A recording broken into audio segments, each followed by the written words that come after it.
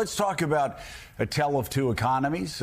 We talked about it in the Biden era, where we kept talking about how the numbers looked so great for the U.S. economy compared to the rest of the world. And yet a lot of people hurting in middle America, a lot of people hurting across the country, and a lot of Americans pessimistic. That helped defeat Kamala Harris. How has that changed, or are they still pessimistic? They're still pessimistic. And let me start with a poll that you guys referred to last week, which prompted me to try to lay out for you what lies behind that poll.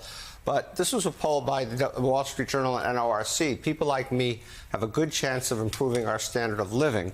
And you can see the percentage that agree with that statement, who think they have a good chance of improving their standard of living, has dropped all the way down here to 25%. You can see back here in 1987, it was up around 75%. It bounced around, it bounced around. It did start coming down after the financial crisis, no question about that. This break here was COVID when they didn't take the survey. But you can see that COVID really changed people's perceptions. And now you've got only 25% of the people who believe this. Another poll found that 70% of Americans believe that there was never an American dream and that they were ever unlikely to realize it. But why do people feel that way? There is some reality and facts behind this sentiment, and that's what I want to show you now. This is the growth in real personal income, meaning how much money did people make after you adjust for inflation, so everything puts on an apples-to-apples basis. If you go back to 1980, you can see that over this period of time, the average personal income grew by 1.3% a year. That may not sound like a lot, but that's after inflation, and when you compound it, it can be. And we had lots of ups and downs, as you can see in these light blue bars, but that's what we did. And then after the financial crisis, that dropped to 1.0%. In 2008, for those around that period of time, in 2008, exactly. And, again, that may not sound like a lot, but that's almost a 30% drop. But then look what happened after COVID. It dropped all the way to minus 0.2, meaning the average family after inflation was losing ground. Yes, a lot of that was around 2020 and COVID, but even post-COVID, you can see how small these blue bars are. It's barely growing at all. And so if you want to know why people are unhappy, you just kind of have to look at their pocketbooks. So, Steve, they're also unhappy as we move to your second chart because it's just so expensive to buy a home. Extraordinary statistics in here over the years about the age of people buying their first homes. Used to be late 20s. These days, it's late 30s. Yeah, so you saw a couple days ago Donald Trump talking about declaring a national housing emergency. Nobody knows what that means or what it would lead him to do. But the point is that he recognizes that the housing problem is very central to people's feeling of unhappiness and of going backwards rather than forwards. So let's look at what's happened to house prices. So if you go back again to 1990, you can see the average house price was about 3 times the income of the average American.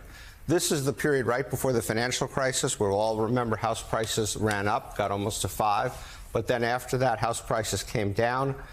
But now they've been going back up again, and they're up to almost 5 times. So the affordability has gone from 3 times your income to now 5 times your income, what you have to pay for a house. This is mostly driven by simply inflation and house prices. House prices have been going up faster than other things, and it's made housing unaffordable. And as you then alluded to, Willie, it has changed who can buy a house. So for first-time house buyers back in 1980, 29-year-olds were able to, on average, buy their first house.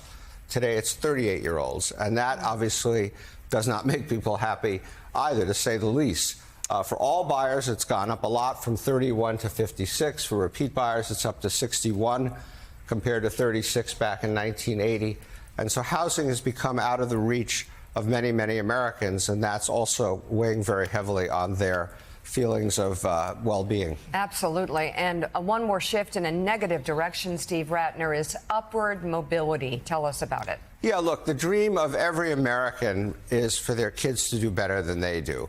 And that's not what's been happening. If you go all the way back to 1940, the silent generation, 90% of kids did better than their parents. That has been going down very, very, very steadily, all the way through boomers, through Gen X, and now through millennials, to the point where only about 40% of millennials are doing better than their parents. Why is this?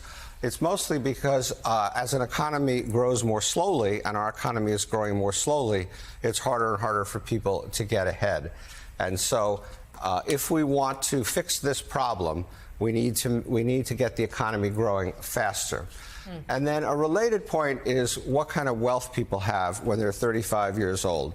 So the average millennial compared to the average boomer, I'm a boomer, has 30% less wealth than the average boomer. And so this generation of millennials, who are now the people who are coming into prominence in politics and business and whatever, are on average less well off. But what's even more amazing in a way than that is you have growing wealth inequality among this group. We talk a lot about income inequality at different levels. This is wealth inequality. And so the fact is the top 10% millennial compared to the top 10% boomer is 20% better off, which means the people further down are even worse off than this minus 30%.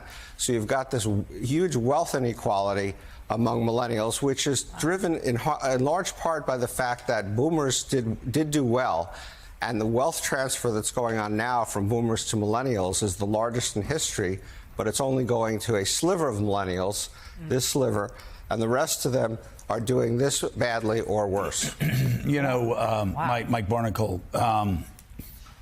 Thank you, Steve Rattner. Thank you, Steve Rattner. Greatly Wow. appreciate it. Morning Joe economic analyst.